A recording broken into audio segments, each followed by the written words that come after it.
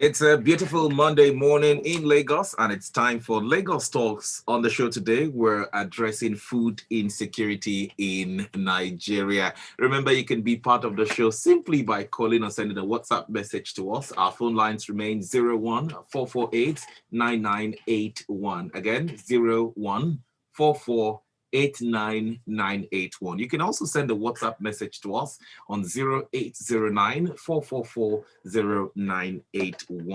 Well, on Lagos Talks, we'll be joined by a special guest. By the way, my name is Victor Pepple, and Sope Martins is in the studio as well. Yes, I'm Shepard Martins. I know exactly what you're trying to do, Victor, but a Pepple, but it's fine.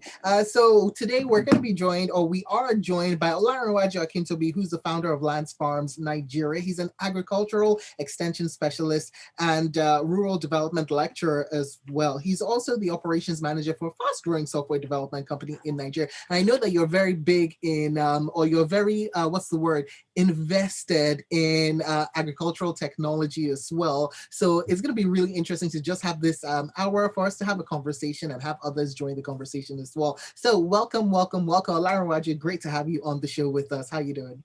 I'm fine. Good morning. It's a pleasure. Thank you for having me. Thank you for joining us. Now, right before we get into the conversation, let's give you a background to our conversation today. According to the Premium Time newspaper, about 19.4 million people will face food insecurity across Nigeria between June and August this year. Now, this is something that we've been discussing for quite a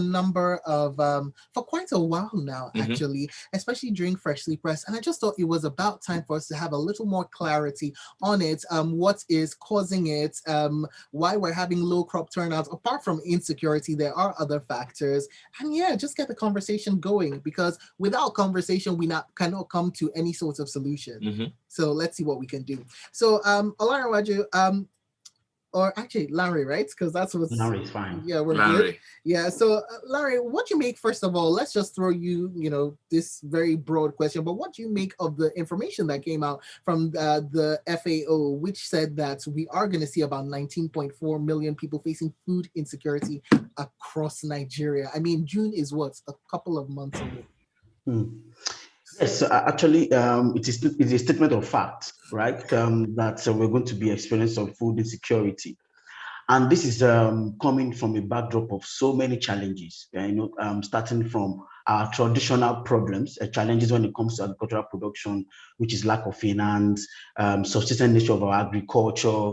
Talk about poor road network, talk about poor infrastructure, capital, and even mechanization. Now, coupled all of that with the fact that we're just coming out of a pandemic that disrupted all farming operations. And then after the pandemic, we're now experiencing what we call the climate change, and where you have lesser rainfall or too much rainfall that drowns the plant.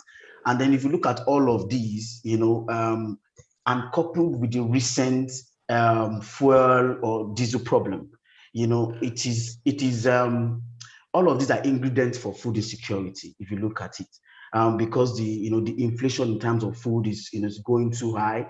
You get a mudu of rice for a price maybe a few months ago, and now it's double the price, right? One of the causes of high cost of food is they're talking about transportation cost, and because our economy is our economy, or say maybe our food prices is because of we call it cost food inflation. Because if you look at all of the costs associated with food production, diesel, labor, even the price of input and all of that, it's a big challenge in terms of getting food to the last mile, and then the cost of people buying this food. Now, Larry, what would you say is the major cause of the inflation? Would you say it comes down to fuel costs in terms of transportation, or what would you say takes up the most part? I would say, it's not just the fuel cost, right? Because all of these, we are import dependent country, right? And then the devaluation of the naira will have effect on the amount of or the prices of inputs. Say fertilizer, for instance, say chemicals, for instance, right? It's a whole lot of cost. You're buying a bottle of Paraquat for maybe 10,000 naira last year. Now is around 17,000. Right, and these are chemicals that helps you to prevent wheat and all of those things. So the cost of input is on the high side, even labor. Right, I did a research within 5 states in North Central Nigeria last year, and the price of labor is quite high. Right, even to get labors are even a challenge, because all of the young guys, that helps in agricultural, production, they are moving into the states, for we to do Okada, to work as security men, and so the other ones in the community, farming community, they are being priced high, because law of demand and supply will come into play. So if you look at all of these input cost, and then you look at so from the farm gate, the price is not the same. Now, when this reseller takes these goods from the farm gate to the to the urban centers, the price of diesel is quite high, right? And when they look at the storage cost, the logistic cost, and they add all of those value, all those costs onto the food, and when it gets to the to the consumer, the price is quite high. And so beyond our traditional challenges, the cost pull inflation, which is as a result of say cost of input and the logistics, it's a big challenge. Even the CBN governor mentioned it earlier this year, that transportation cost is the highest cost of food inflation in Nigeria. Quickly, I would just like to chip in. We live in a country where we produce some of these edibles, just like you mentioned. Yes, we like to import, but if you look at, some vegetables, for instance, and then, eggs and some of these things that we plant in our backyard, would you also say, transportation is also a major cause of why we've seen the skyrocketing in prices? So beyond that, when you look about vegetables, right, we do vegetables a lot, and egg and all those things. Let me come about vegetables. The vegetables we produce in Nigeria, over 40%, almost 50% of those vegetables are lost due to post-harvest losses. We lose over 40% of those vegetables, because moving them from a huge amount. That is a huge amount. That is a huge amount. You'll be surprised, because when we harvest this vegetable, before we move them for tomatoes, for instance, right? Over around 46% of tomatoes produced in Nigeria are lost, because we don't have processing facilities, we don't have good storage techniques or facilities. And so moving them from the farm down to the market or to the urban centers, they are lost. And so when you harvest something, they say, okay, the farmers harvest maybe 100,000 naira worth of tomatoes. By the time you move them to the market, like 40,000 naira are lost, and so you have only 60,000. And now imagine all of those farmers having that kind of loss around. So it's a huge challenge. Now, beyond those vegetables, right? Now let's talk about the egg that you're talking about. So the cost of maize is on the high side, right? And maize is the main ingredient for our poultry farm. I think around 50 to 60% of maize produced in Nigeria goes into poultry feed production. Now, when the cost of maize is on the high side, imagine other cost of the cost of those chickens is going to skyrocket. It's going to skyrocket, and even the egg, right? So if you look at all of these things, there are so many farms here, even around poultry farm around my own arable farms that are closing down because they cannot continue to afford the capital requirements of operating a poultry farm. Now, very quick question, though. I know usually whenever it comes to the issue of agriculture and farming, that we tend to see governments approved or governments implemented subsidies in this sector. What's going on in Nigeria? I thought there were some subsidies on things like fertilizer, no? Yes, so that's recently there's this Dangote fertilizer plant that is started production. And I think it's a good development in the right direction that will really help local farmers have access to fertilizer and urea that they need in production.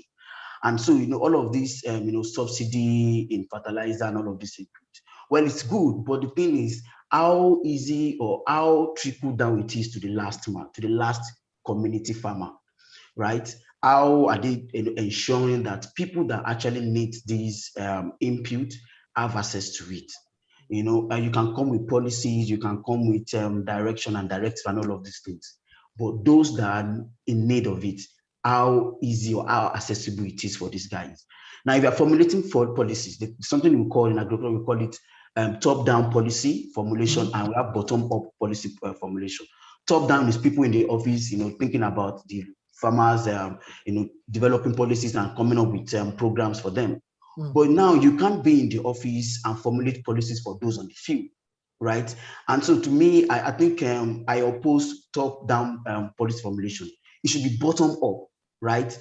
All those stakeholders involved in planting activities and agricultural activities should be involved in formulating policies that will help them because they know where the shoe pinches, right? And so these guys should be, if you're formulating policies, you should involve the farmers, you should involve the stakeholders. They know what their problem is and they can come up with policies in conjunction with your experience in terms of policy formulation and come up with strategies that will really help improve food production. Now, if you look at the Maputo Declaration of 2003, it would expect that every government should set aside at least 5% of their annual budget for agriculture. In the last, God knows, 20 years maybe, I'm not sure we've been able to allocate at least 5% for our agricultural sector in Nigeria. Talk about that. Yes, I think the Maputo Declaration, it talked about 10% actually. 10, not 5. Yes, 10%. Budgetary allocation for agriculture if we are to improve food production. But Nigeria, even the last budget is not even up to 3%, right? I think Ghana did around 5%, and you can see that an increase in them. But have we ever done up to 5% before? But I'm not really sure of that. Okay. We have to look at the historical data, but I'm not in the last, since even the Maputo Declaration. And I think they came up with that declaration because they found out that African countries are not really, investing capitals into food production. If you have 70% of your population involved in food production, 10% is the barest minimum you can do to help or to improve production of these guys. Now, if you have 70% of your farming of your population involved in agriculture, and you are doing 1%, 2%, 3% capital investment in, it's not enough, right? A huge population as ours. Yes. So Maputo said, okay, let's do 10%, but Nigeria has not even done up to 5%. Ghana did around 5%, and they've seen an increase in food production. So I think we should look into that as well, and also part of policy formulation for agriculture. We need to take a break now. When we come back, we'd like to look at the farmers' headers crisis. Is this also affecting, food scarcity in Nigeria? Stay with us.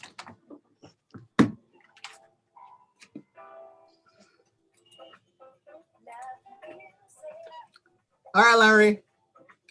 Doing great. I hope I'm not following your hand. No, you're doing well.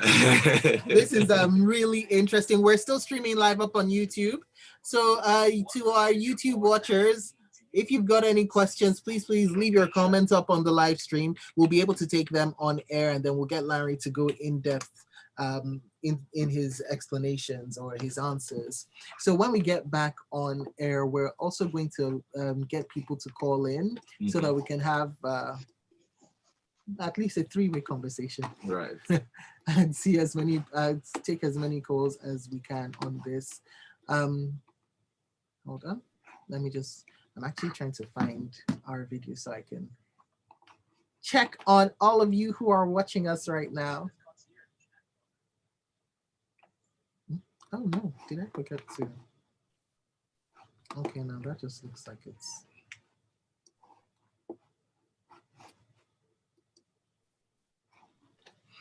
Oh, looks like I forgot to. Oh yeah, no, I didn't forget. I couldn't.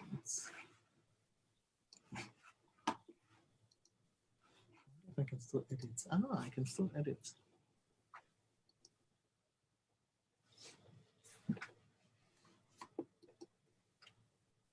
So back in 15 seconds.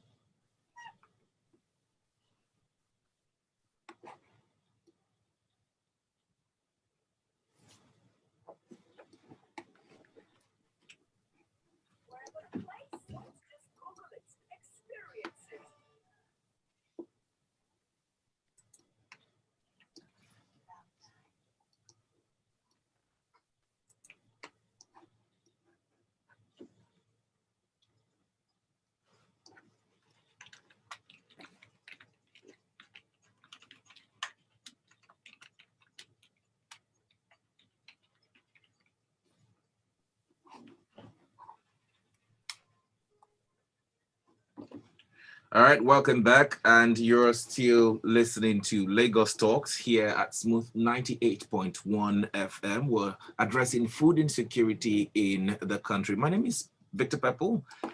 And I'm Sope Martins. We have our guest joining us right now. His name is Olanrewaju, and he's been giving us very brilliant analysis on some of the conversations we've had so far. Of course, he's an agricultural extension specialist and an agricultural extension and rural development lecturer. Akintobi Olanrewaju is our guest on the program. Right before we took the break, we said we're going to talk about the farmer header crisis in Nigeria.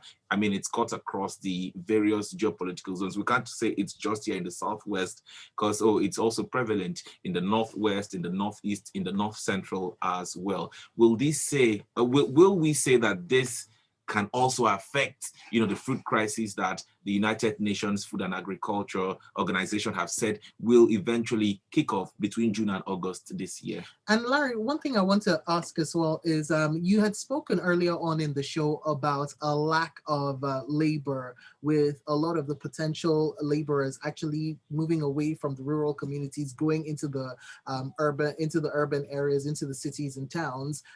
Does this insecurity actually, is that a part of that reason why? So thank you for that question. So the background to insecurity in Nigeria is I'll say number one is the abiotic factor, which is climate change. Because if you go to the upper north, we are experiencing serious climate change, and then we are experiencing what we call desert encroachment, and so there's lack of water and all of those things. So herders, they need green vegetables, they need water to help with their cattle, and so they move downward to the north central, to the south region of Nigeria, and so there's a grazing route already in the national plan, right? Well, many of the herders do not know this the route, and even the farmers, because it is not really it's not really physical. You don't even know if you are planting on that route as a farmer. And the herders as well do not really know the route that was laid down for them. And so everybody is just encroaching. So maybe farmers is encroaching into the route, and then the herders are encroaching into the farmer's space. And so there is a problem, right? And that is where you start having issue of farmer and herders crisis. And it is a serious issue because if you look at the ecological classification of Nigeria, you see that the north central region, which is around Abuja, Nasarawa, Jos, and Benue, they have in between the savanna region and then the arid region, and so their vegetation or their ecological space is quite okay for animals, for planting and all of those things. And that's why you see that Benue is what they call the food basket of the nation, because it's predominant agriculture in that space. And so when the herders encroach into their farm, it becomes a problem. And now if you look at even in the last 5 years and see what these clashes has caused, even Nigeria food production index, it has really affected food production. Benue is experiencing a lot of crisis, displacement of farmers from their communities. They cannot produce food as they were before. Even Jos, if you look at all of these things, it's affecting food production. There's a yam farm and yam market in Benue, and then every day you see tens of trailers moving out from that space, carrying yam to all parts of Nigeria. But now it's reduced because farmers are not able to plant. Even if we look at other areas in other zones in Nigeria, they're experiencing this crisis because the animals will encroach into the farm, feed on the vegetative part of the plant, and then just make the farm redundant. So it's a huge problem, and it's affecting food production. Now, concerning the the youth leaving the villages and then coming to town, and then we have shortage of labor.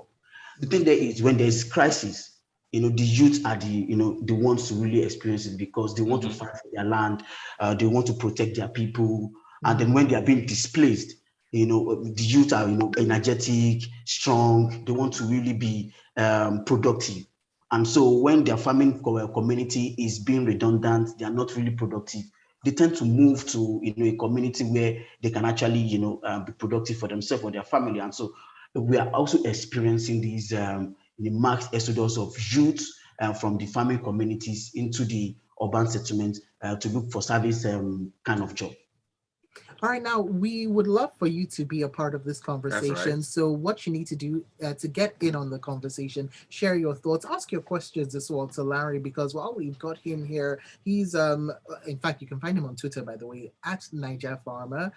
So he is actually the founder of Lance Farms Nigeria. So you know that he's got that practical experience of what is going on that he can talk about. So call us up on 01-44-89-981. You can send your WhatsApp messages into 0809-440-981. We're also streaming live on youtube.com/smooth981FM Lagos. So join us across all of these platforms and use the hashtag Lagos Talks 981 and tag at Niger Farmer and at Smooth 981 FM. Okay, so let's get back to the conversation. And remember, like I said, you too can be a part of it. All right. I mean, we're speaking based on a report from the Premium Times newspaper about 19.4 million Nigerians to face food insecurity by August this year. In fact, about 21 states and the FCT are already in the food crisis till May 2022. It noted about 14.4 million people, including 385,000 IDPs in these 21 states, are already affected. So we're having this conversation because we are Nigerians. You listening, you're a Nigerian as well. What's your take on the conversation? And also, we all eat and we need food. We need food. And when it comes to inflation, I think we've seen that food inflation surpasses the rest of the inflation, usually. So, Larry, now, we've spoken about a number of issues and a number of challenges. And what we were talking about last was the issue of insecurity that then goes on to affect food security and give rise to food insecurity. What are the other major challenges of the agricultural sector? I think, 2 decades ago, there's this the local challenges, a lack of electricity, infrastructure, capital, and all of those things. But now in the 21st century, it is a new problem entirely, right? Okay. Which is climate change, even mechanization, right? Nigeria is still at the early stage of mechanization. Right. Now, how so? Because this is quite interesting. When we talk about, if we go past subsistence farming and we start looking at farming for mass market, how do we not have our farms, most of our farms, mechanized? So the thing that what's affecting that? It's a huge cost to mechanize farms, right? If you look at the subsistence nature of agriculture, is because everybody is farming just 3 hectares of land, 5 hectares of land, just to provide. Farming in the community. It's more of trying to survive, right? And so whatever they have to, they use the crude implement, the manual tools to help them on the farm. And mechanization is the process where you can actually provide more food from a little parcel of land. Now, let me give you an instance. Nigeria is at the baby stage of mechanization in agriculture. Now, what does that look like? It doesn't look good. Iceland has more tractors. Iceland is not even up to Oyo State in terms of space. They have more tractors than Nigeria. Now, let me give you like a data, right? Food and Agricultural Organization (FAO) said on average it should be 1.5 hectares of mechanization per hectare. Nigeria is still at 0.27 mechanization per hectare. Yes, and now the lifespan of tractor in Nigeria is 5 years. In Europe, it's over 20 years. Now, the reason is wait, hold on. What is our land doing to these tractors? Why such a low life expectancy? Because we don't have enough skilled mechanics for it. The parts are quite expensive, right? And so if you own a tractor, how long maintenance is quite high, mechanics is quite high. So people, the lifespan, so at the point after 5 years, it becomes redundant. If you go to our ministries, our local government, you see tractors on the shed that are, bringing that, because the cost of maintenance is quite high. Now, if you look at to have enough mechanization in Nigeria, we need 745,000 tractors with all of the gadgets in place. Now, who is going to fund that? Right? Now, this is the point where I come in. Sorry, the CBN, through the Anchor Borrowers Program, had decided or had said at some point that they were going to help, with the process of mechanization for smallholder farmers. Did that ever happen? The question now is, if you said you want to, give them tractors, what about the maintenance? You are giving farmers that are barely surviving, that have small, profits on their investments. You want to give them tractors. I am, as much as rude or as odd as it sounds, I am actually against buying tractors for smallholder farmers. Okay. What we need is semi-automatic tools, right, to help them improve. You need to learn how to walk before you can fly. You can't see, if you go to farming communities, hoes and cutlass are still very valid. You still in some farming communities, are still using animal, as ridger and everything. Now you need to give them semi-automatic tools like hand ridger, hand weeder, do something that they can pull, they can push, that costs a lot, lesser money to maintain. And this will help them if you give them tractors. Before you can even have tractors in a community, you have to make them like a cooperative for them to pull in funds to get tractors and to get the gadget and all of these things. But what about maintenance? And then if you want to use tractor on a farm, it must be like say maybe 50 hectares of land planting the same thing. But you can hardly find that in farming communities, because everybody is trying to, somebody is planting cassava, somebody is doing soya beans, somebody is doing vegetable. You cannot use tractors on that kind of land, and so it's a big challenge. Now, Larry, I'm going to go back to the tractor question because, there was information that came out last year, towards the middle of last year, that the federal government was in the process of concluding plans that would make Nigeria an assembly ground for Japanese agricultural technologies. And so they were saying that all the relevant agricultural parastatals were placed on red alert to brace up for this partnership, right? Which was supposed to make tractors, yes, once again, more affordable for small scale farmers, or small and medium scale farmers. But then also, if we had something like that in Nigeria, wouldn't we then have the relevant know-how to maintain?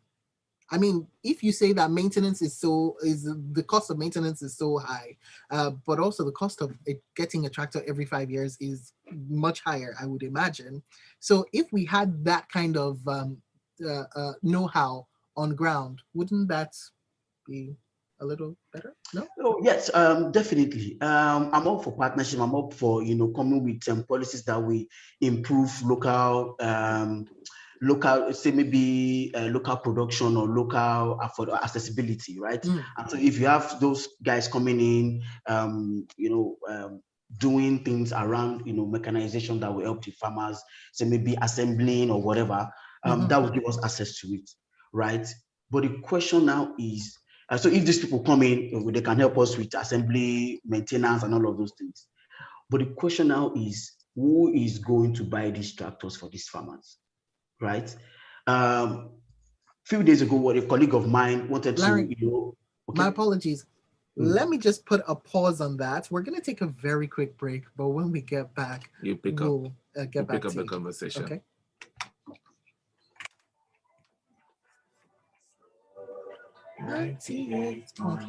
Okay, so you can tell us the story off air and then we'll bring it back plus highlights on air.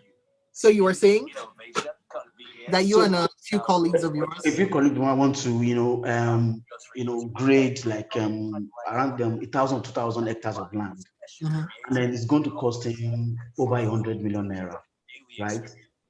And you see that it's a huge cost. For a struggling farmer, if you have 100 million naira now, I'm very sure some people will put it in some different sector.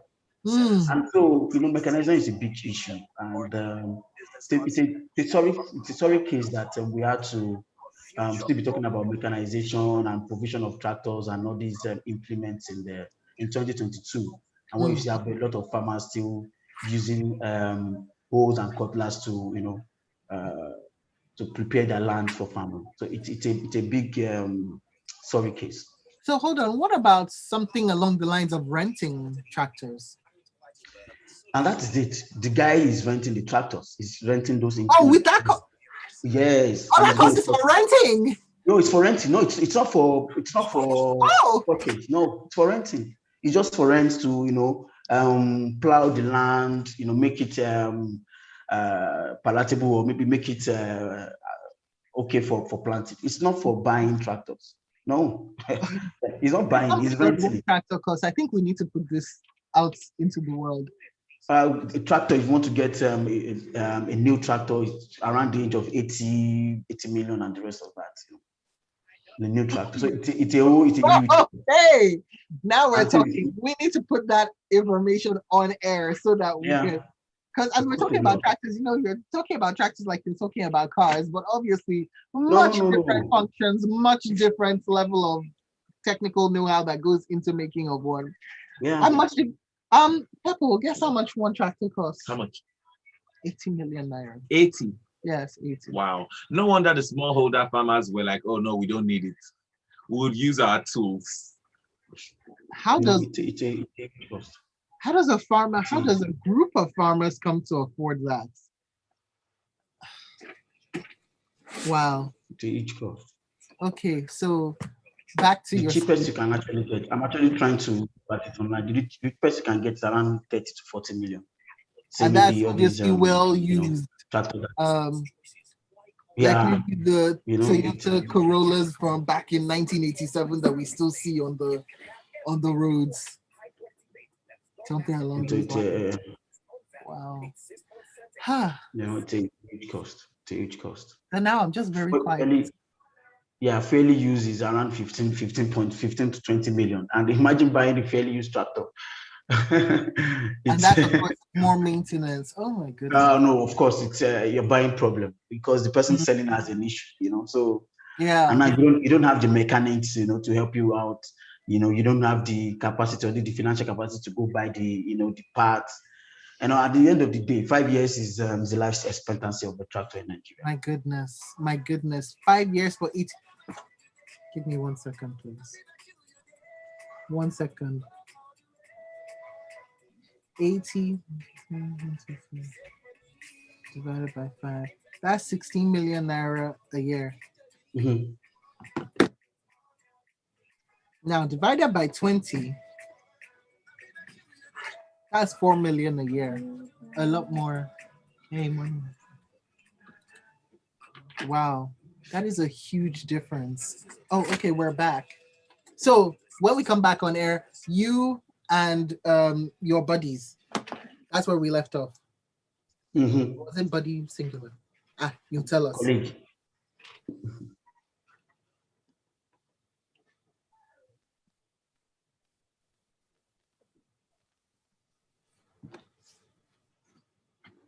All right, Lagos, here we are, 13 minutes gone past 9 o'clock, and you are talking. Today, we've got a Lagos Talk special, as we have Olanrewaju Akintobi in for conversation with us on Lagos Talks. He's the founder of Lands Farms, and he's an agricultural extension specialist, also an operations manager for a fast-growing software development company, and very, very invested in agricultural technologies. So, Olanrewaju, so we're talking, we had to put you on pause just to go on a quick break before that. So, can we get back to what you were about to tell us?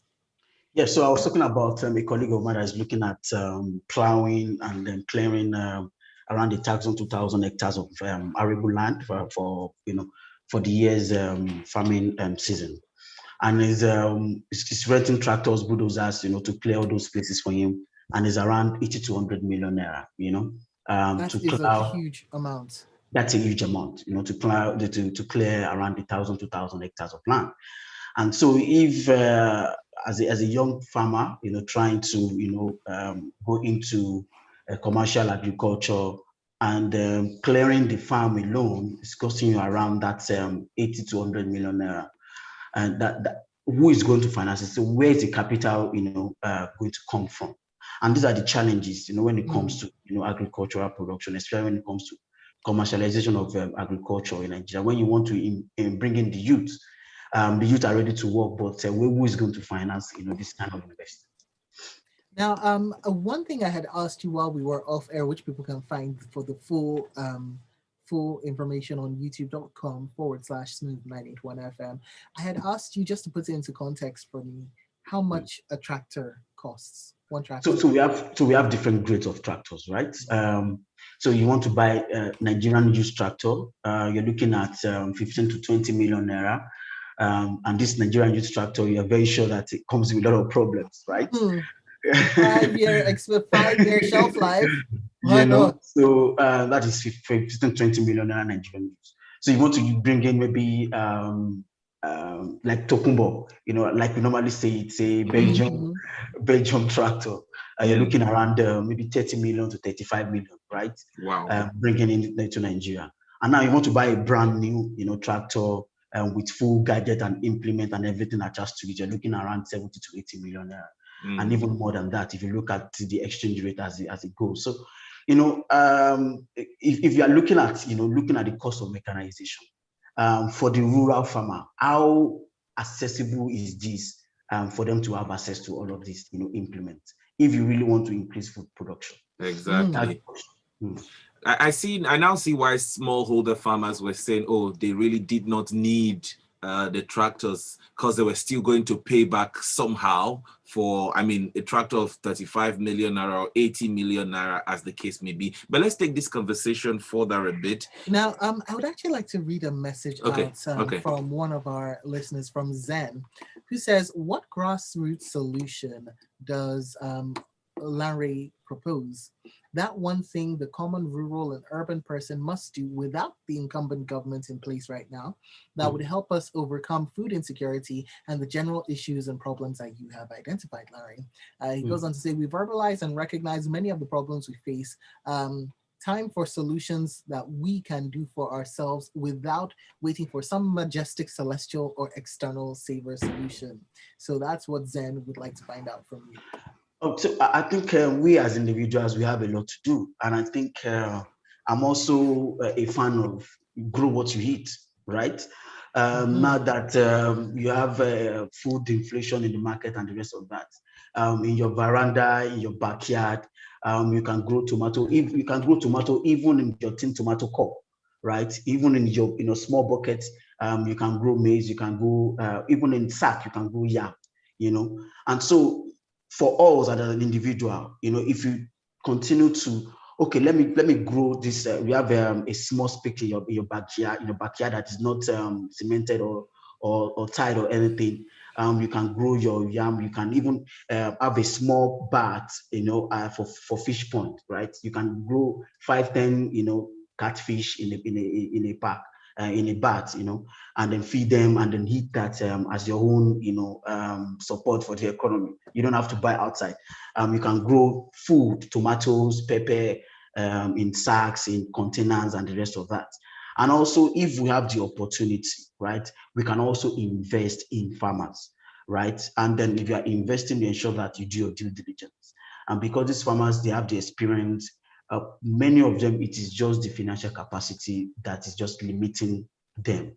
And so if you can also come in, you have extra cash somewhere, you can also invest in farms. I think we're at the point where everybody starts looking at what I can do in terms of improving the food situation in Nigeria. So I think growing what we eat and investing in other farms, and also helping us with we can talk about the problem, but the thing is that if you talk about the problem, we are mentioning it for the people that will actually come into help us. And so you can also help us to talk to people in government to formulate policies that will really affect the last mile farmer. Now, that's an interesting one, because let's talk about policies that can actually salvage the sector. What would you like to see? For me? Yes, Larry. Yeah, like I said, if you are designing policies, right, bring the farmers into the formulation process. As a farmer who would be in the formulation process, what kind of policies would you want to see? Well, I think number one thing is look at credit, right? Give us access to proper credit. Now, if many of the farmers now they depend on their association or communities or even their own family, what do you call it, family investments, to grow food and all of those things. I think if you have access to credit, that will really help us a lot. Secondly is mechanization.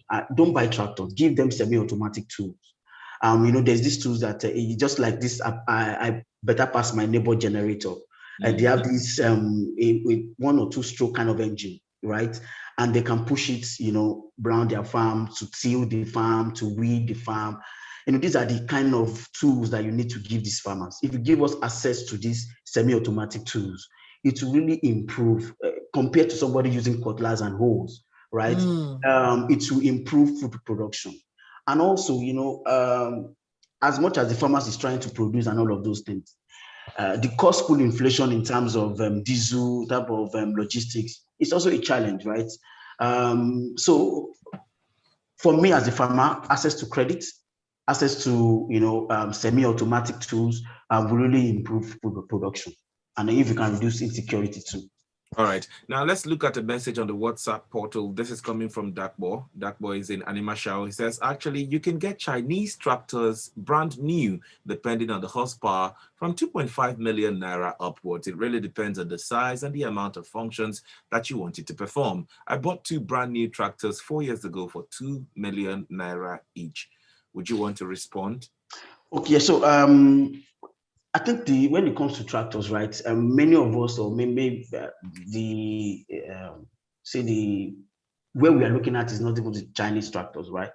And because there's this notion of, they don't stay too long, they have lower life expectancy, and then we go for, the European kind of model, and those are quite expensive, right? So I've heard about the lower tractor, the Chinese tractors coming in, but the thing there is, if you are looking at getting these tractors, what about the mechanics of it, right? Are we able to get the materials, the tools, the parts? If you look at all of these other tractors from Europe and the rest of that, you can still find the parts. But when it comes to Japanese, do you find the parts available? And what about the mechanics of it? And so it's a whole lot of back and forth when it comes to mechanization tractors and all right. And Zen comes in again with a question. It says, how much do these semi-auto tools cost, please? Yeah, you can see semi-auto tools at I think around 300K, 500K, right? Yes. Oh, a lot more accessible. A lot more accessible, right? And the mechanics of it, these people that fix this, I better pass my neighbor generator can actually fix those, because it's a 1-2 stroke engine, right? So yeah. We need to take a break. When we come back, we'd like to look at post-harvest losses in wrapping up the conversation. Stay with us.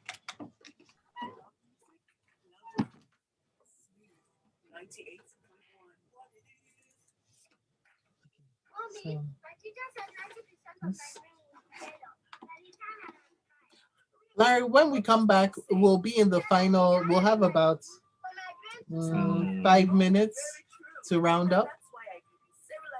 Okay. So, you're muted.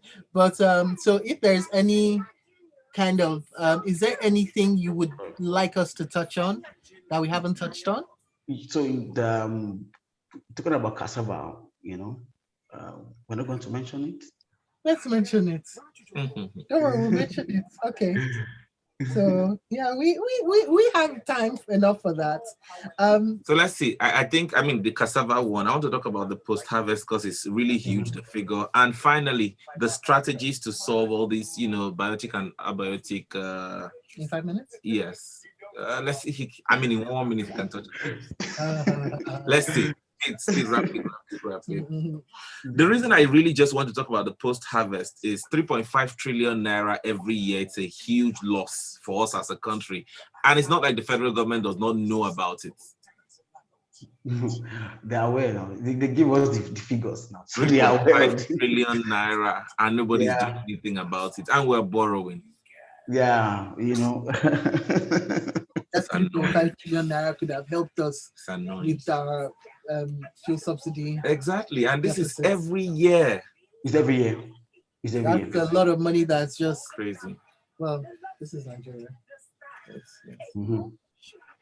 It is, man. It is. Man. It's a whole My lot of. goodness.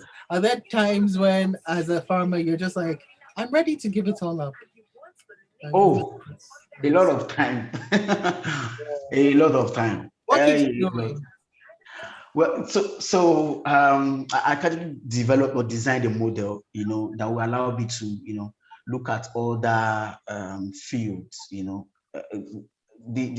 fight is to be okay, right? It's not that agric is like a do or die, and so I'm also venturing into other sectors where I can make more value, bring in more of my skills and the rest of that. So it's actually very frustrating when you put in a lot of work and the value doesn't correlate with it. Yeah. Yeah.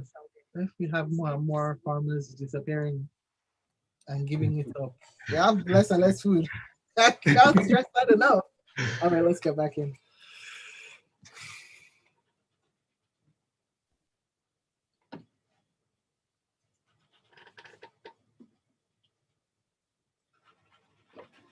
Welcome to the last lap of Lagos Talks for today. And we're still discussing, addressing food insecurity in Nigeria. Larry is our guest on the program. Larry, real quickly, before we wrap up the conversation for today, the country director, Action Aid Nigeria, NLB, was speaking at, a presentation, and she made very, very salient remarks there, where she said our post-harvest losses are estimated at 3.5 trillion naira annually. How true is this? Very true. It's a statement of fact. Like I said earlier, that even for vegetables production, we lost over 40%, almost 50% of our vegetables production, say tomatoes and all those green vegetables. It's a huge challenge, and not just Nigeria alone. It's over the world, right?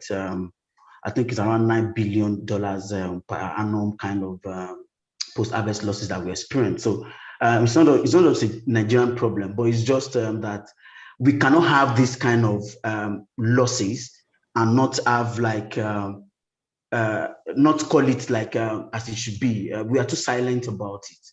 And if you have all those kind of money being lost, when you look at the cost of production, the effort you put in place, the estimated, income or revenue that you projected, and at the end of the day, you're losing around 30 to 40%, almost 50% losses. How do you account for that economics? And so I think one of the things that they can do is to give us, local government, specific processing centers, for all these perishable produce. So if you have a location or a local government where you do a lot of tomatoes, right? How can we have like a semi-processing, establishment in that community or in that area, that as soon as you harvest, you process it immediately and it reduces post-harvest losses. That will really help if you have these crop production area specific processing centers. That will really help us to reduce post-harvest losses, and then even have maybe electricity, maybe refrigerating area where you have all of these refrigerator, like a commercial refrigerating center where you can refrigerate your stuff. But I think if we harvest and we process immediately, it will reduce a lot of these losses. A lot of the waste. All right. So we have a message in Gilbert Musa from Festac, who says in 1977 rather, during Obasanjo's era as military head of state, the federal government launched the Agricultural Credit Guarantee Scheme Fund for the purpose of guaranteeing agricultural loans given by banks. Do you know what the status of the scheme is today?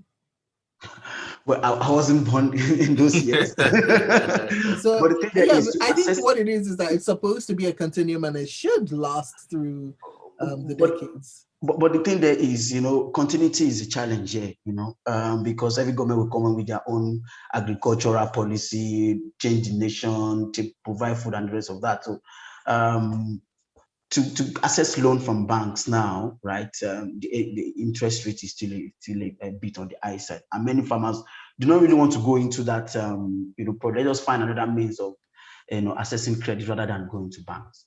All right, now, very quickly, because we are fast running out of time, I'd like to touch on this. The federal government coming out to say that despite our potential in cassava production with an estimated 60 million metric tons, that's our production potential, we apparently have an average yield of the crop that is way lower than we see in Asia and other cassava production countries.